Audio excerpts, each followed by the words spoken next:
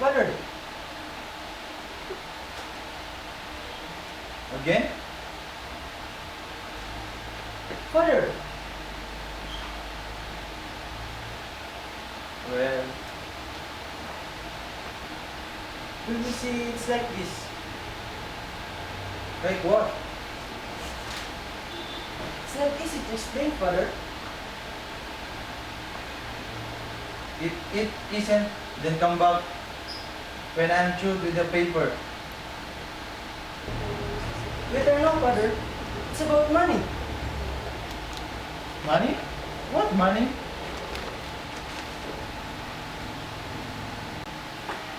Will you see? Did you see I'm busy? I need money. Need money?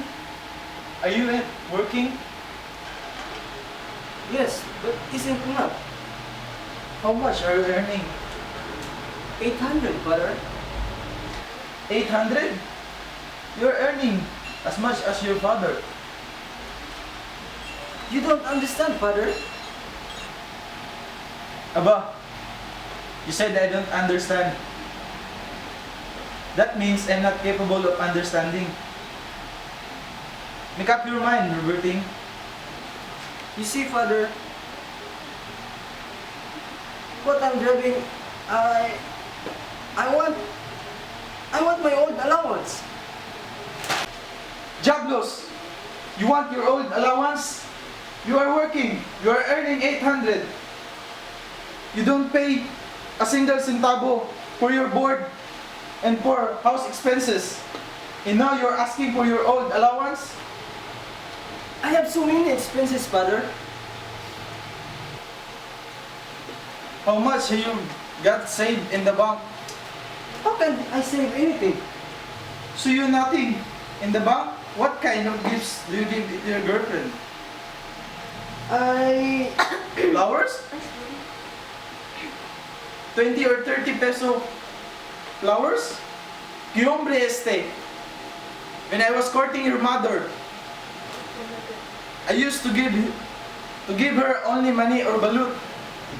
Yes, I remember quite well what my mother used to say after you give me money or balot. Kakuripot naman, she said. Pero Petra, this son of ours, is earning 800. He doesn't give us centavo, and on top of that, he's asking for his old allowance. Where in the world have you heard such a thing? I know a place where children work and doesn't give any money to their parents. Where? In the Philippines. Aba, how ilustrada you are, Petra. Hoy, you're not going to get any centavo, Roberto. But Mother, If you don't have money to ride a taxi, then take a jeepney. jeepney? To visit a girl? I what? Francisco, Huh? I'm calling the servant. Demontres with that servant, having the same name as the owner of the house. I'm going to kick him out soon. He broke your plates again. Again? I don't know why. You always break my plates. He never breaks your plates.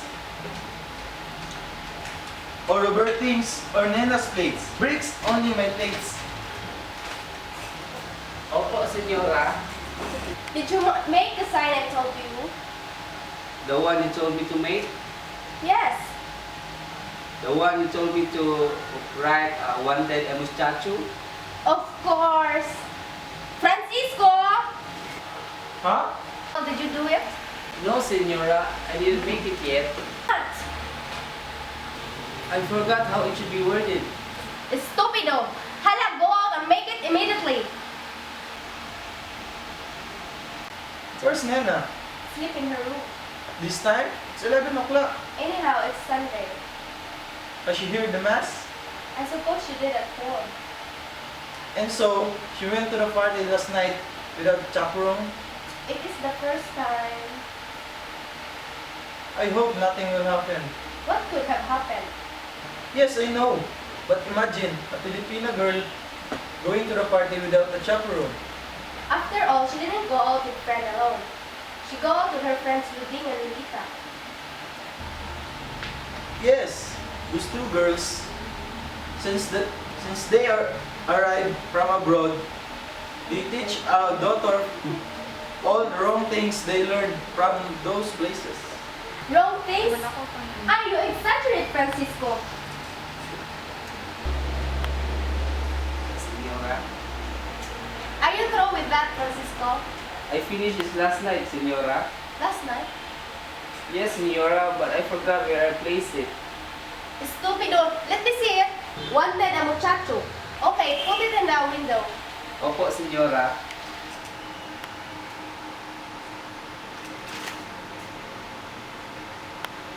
I said outside, not inside.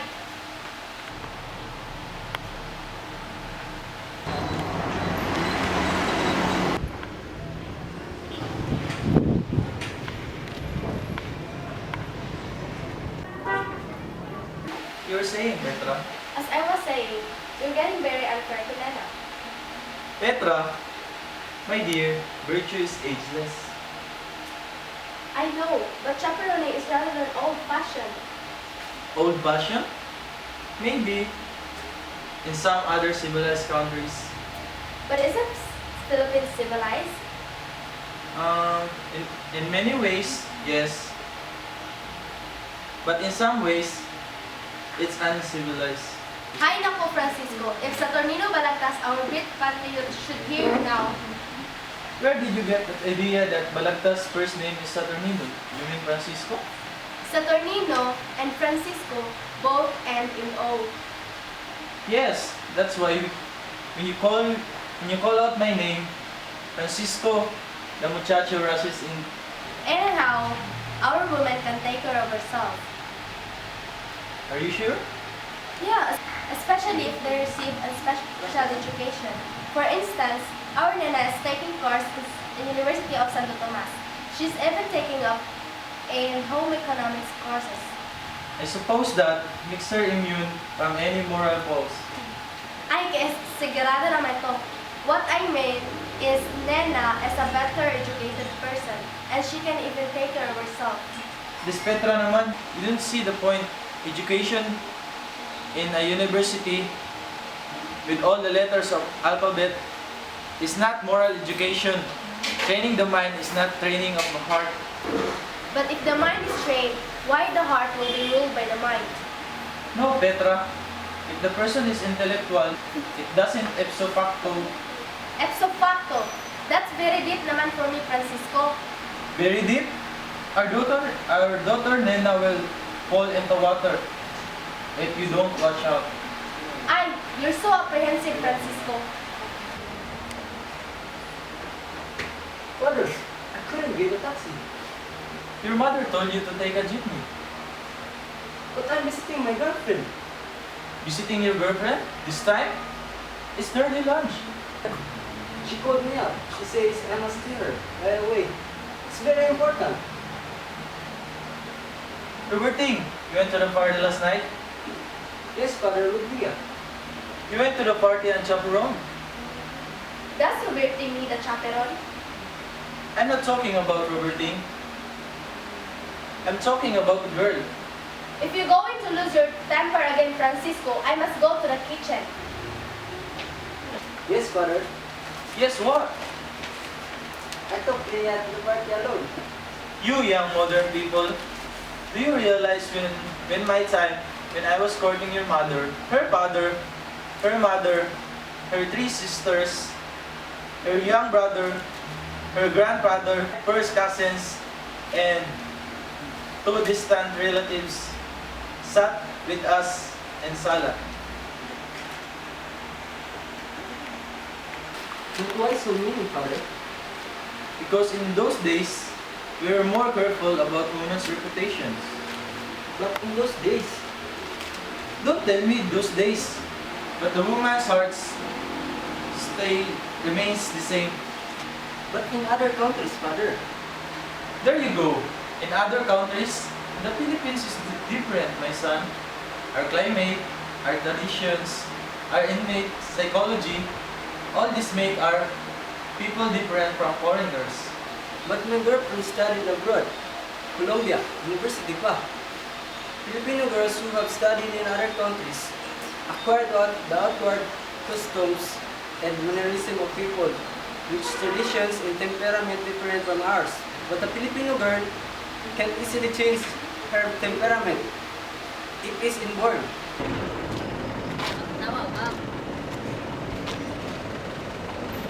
Wanted a muchacho. A muchacho.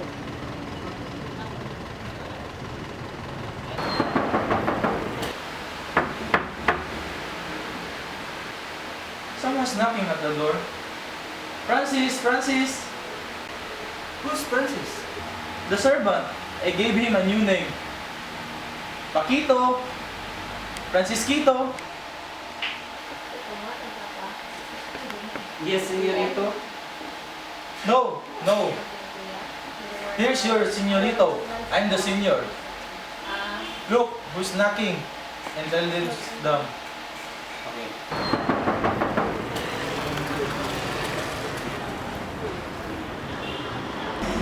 What do you want? What do I want? Haven't you got any manners? I said, whom do you want? Why don't you speak more dirty? What should I tell the owner of the house? Who's the owner of the house? Senora, of course. Why? Is she a widow? Not yet. Tell your senora I want to see her. Which senora? How many senoras do you have in this home? Two, Senora Nena and Senora Petra. Gago po, senora Petra then. Okay. Come in, sit down.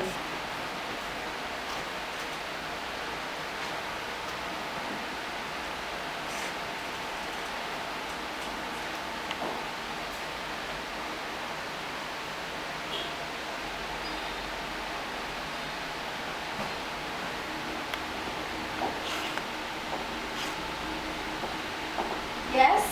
Good morning. Good morning. I saw that sign at the gate. Oh, it says wanted, muchacho. Are you by any chance to be a detective? You flatter me, senora. A girl told me that I'm very good looking. Oh, really? That's very interesting. You sit down. Do you mind if... Of course I don't mind. Go ahead, ask me any questions. Do you mind if I ask you something? What I can do to you? I'm applying. Applying for what? I'm applying for the job. Job? There. Oh, you mean you wish to be a muchacho? Yes, that's what I mean. I wish you wouldn't be so insulting, senora. I want to be what you call it in your role. A mayordomo. What? A mayordomo? You mean... Yes, that's what I mean. Oh, sorry. I mistook you for being a chambero or a movie actor. That's right. I don't look like a muchacho or mayordomo. My mother always used to say that I'm not to something. Confidentially, my mother wanted me to marry one of the president's daughters. President's daughter? You mean the president of the Philippines? Yes. There's anything wrong about that? And you wish to work here as a mayordomo? That's it. And what can you do? I can watch the house when you're out, accompany the children you Amy in parties or in a movies.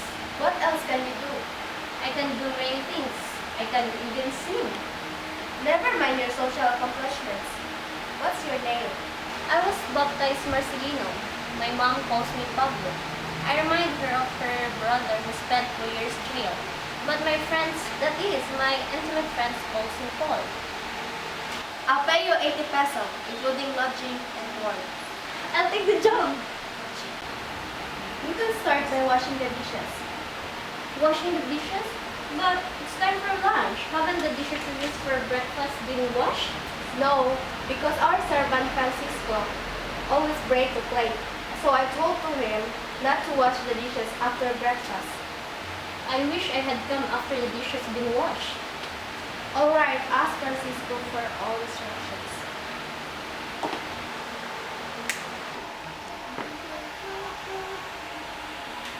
Oh, good morning. Are you waiting long? I just talked to the senora. Oh, yes. Why don't you sit down? I will. Come on, some business? Business? Oh, business of a sort. I wonder what's delaying Francisco. Francisco? I am Francisco. You're Francisco? Yes. Well, if you're Francisco, the senora told me to ask you the instructions. Instructions? What kinds of instructions? I suppose she meant the instruction for washing the dishes and all the sort of thing. Dishes for all that sort of thing? What do you mean? Aren't you the servant here? Servant? I am the owner of the house. Oh, I suppose this is the way to the kitchen. Petra! Petra!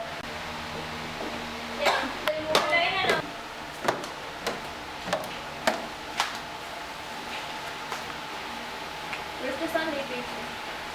So, you're awake. How's the party last night? Mother, where's the movie page? Ah, I thought your brother were looking at it. You're awake at last. Have you had breakfast? Breakfast when it's nearly 12? How was the party? So. Where's the cigars, Petra?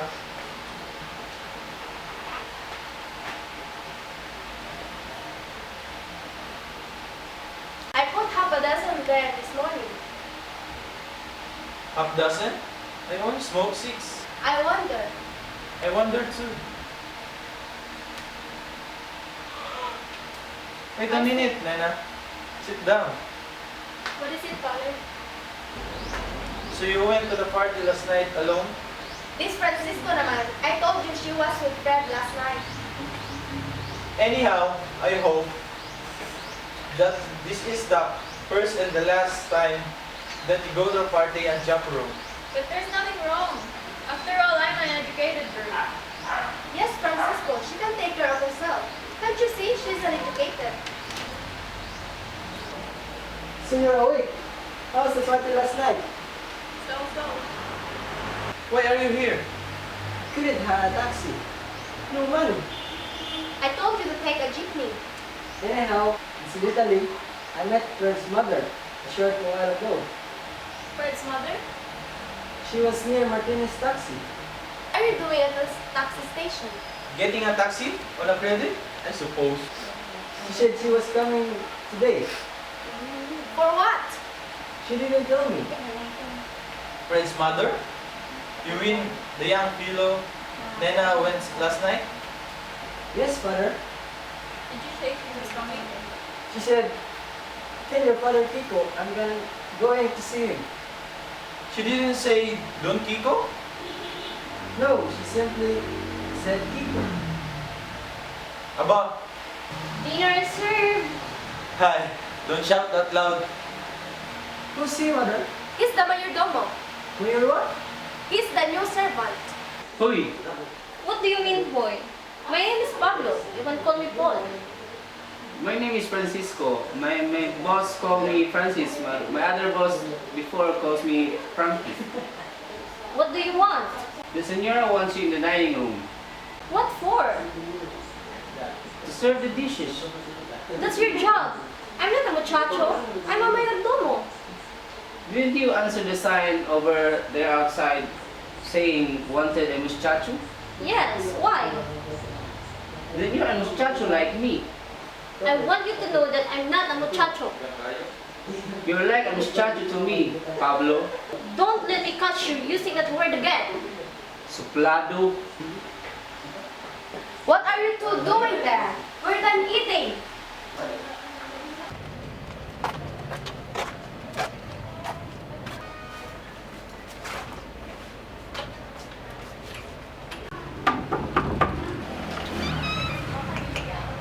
Where's Doña Petra? She's eating. Sit down.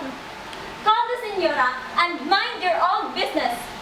So it's you, working here? How much do you earning? Why? After treating you so well at home as a muchacho, and now you come here to work, and you left me without leaving me a note? I'm not a muchacho. I'm a mayordomo. Mayordomo, mayordomo, check!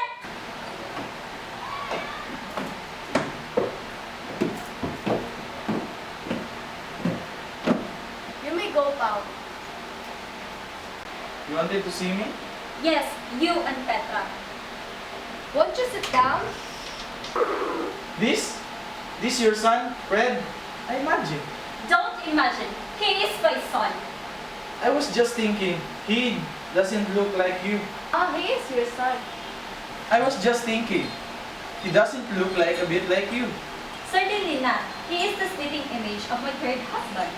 Do sit down. You're trying to insult me by implying that I have no chair at home?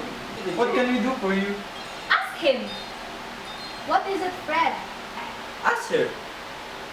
Speak up, my son. Your son? Your son? Eh? So, you and your daughter Nena have designs in my son. Well, you won't hook him. What are you talking about? Call Nena. Nena? Nena. Robertine, call Nena. If you don't mind, I will sit down. I will sit down too. I'm tired.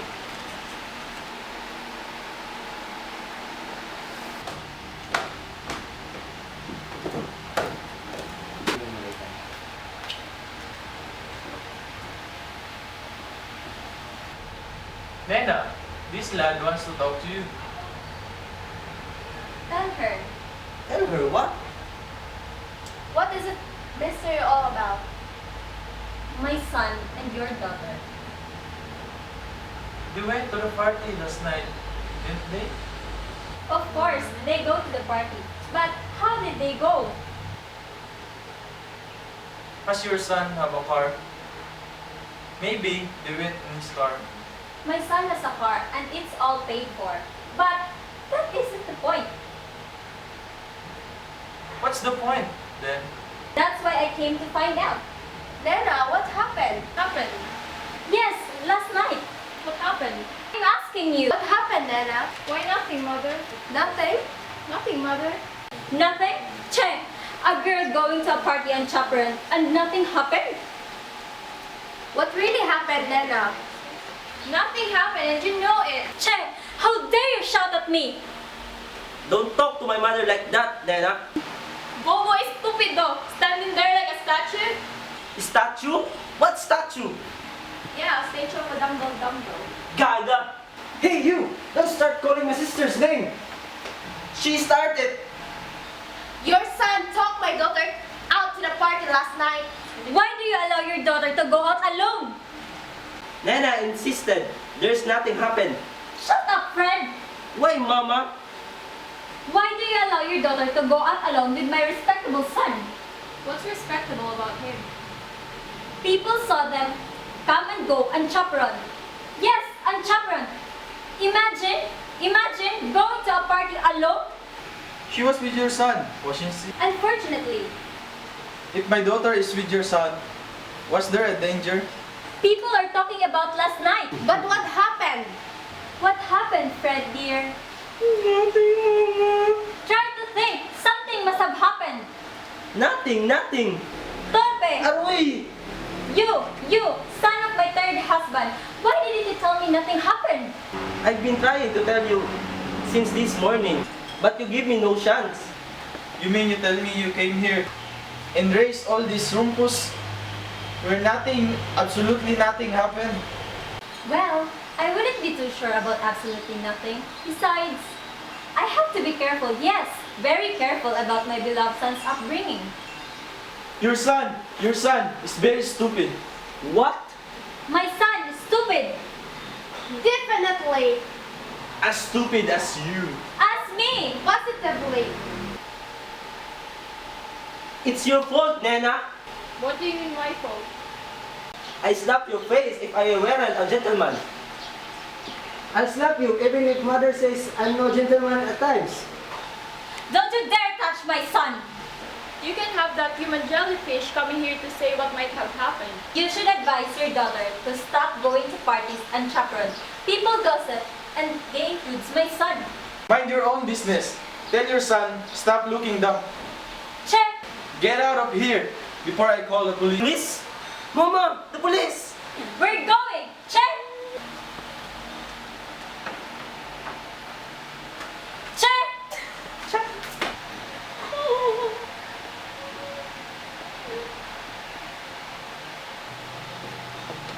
Don't cry, Nana. It's over. Making all that fuss for nothing. The truth is that I quarreled with Fred during the party and left him. Left him? Ay, Mia. This could be this lesson.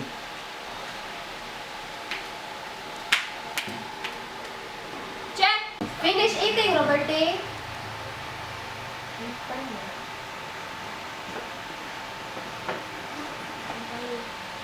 Incidentally, Roberting, I hope nothing will happen to you last night. Last night? You went out with Leia, didn't you? Yes, but nothing happened. I think. You think.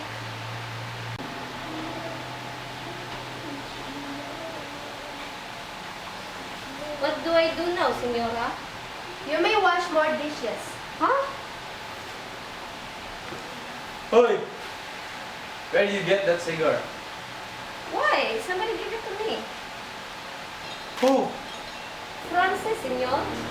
So, Mayordomo smokes Honor cigar. Honor kicks Mayordomo out.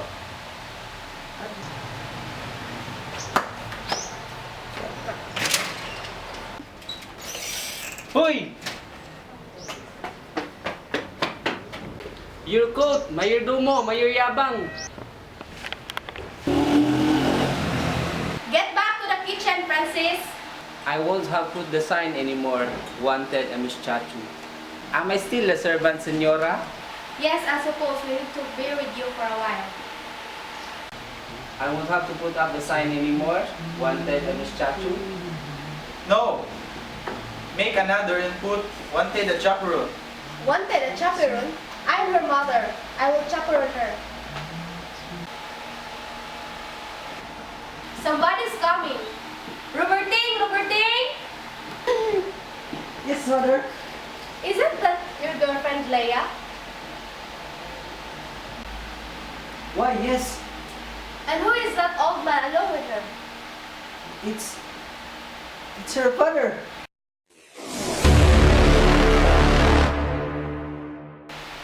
That's her father. Oh my god. He's carrying a gun. Yes. He's carrying a gun. Tell me now. Hi, Petra. We need 2 chaperone. Che. Where are you? Get out!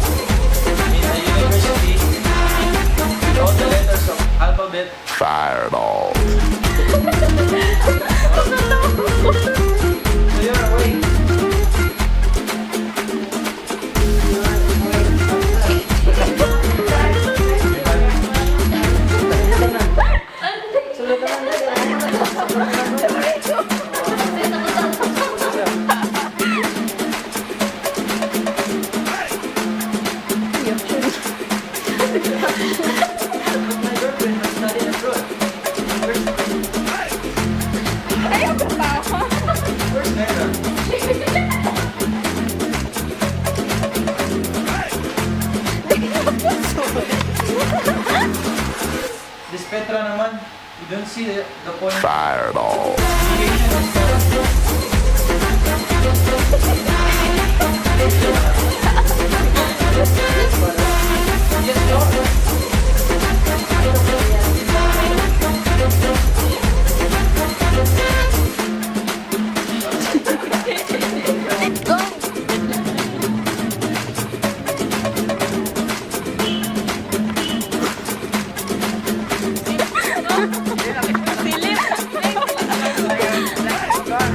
Oh, yeah.